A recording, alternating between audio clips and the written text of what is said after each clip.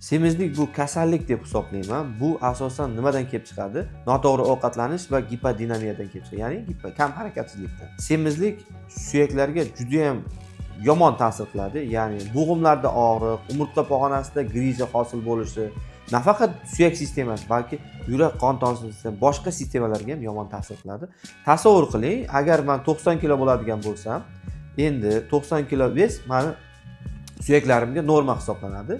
Lekin yelkamga 50 kilolik xaltani ortib olsam, 140 kilo bo'ladigan bo'lsam, bu suyaklarimga juda ham nagruska bo'ladi va birinchi o'rinda nima deb o'ylaysiz?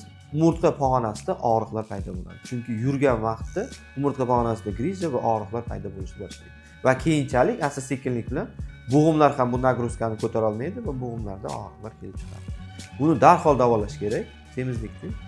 Va semizlikdan so'ng qandli diabet kasalligi kelib chiqishi juda ham tez rivojlanadi va qandli diabet kasalligi ham suyaklarga juda ham yomon asoratlarni qoldirishi mumkin.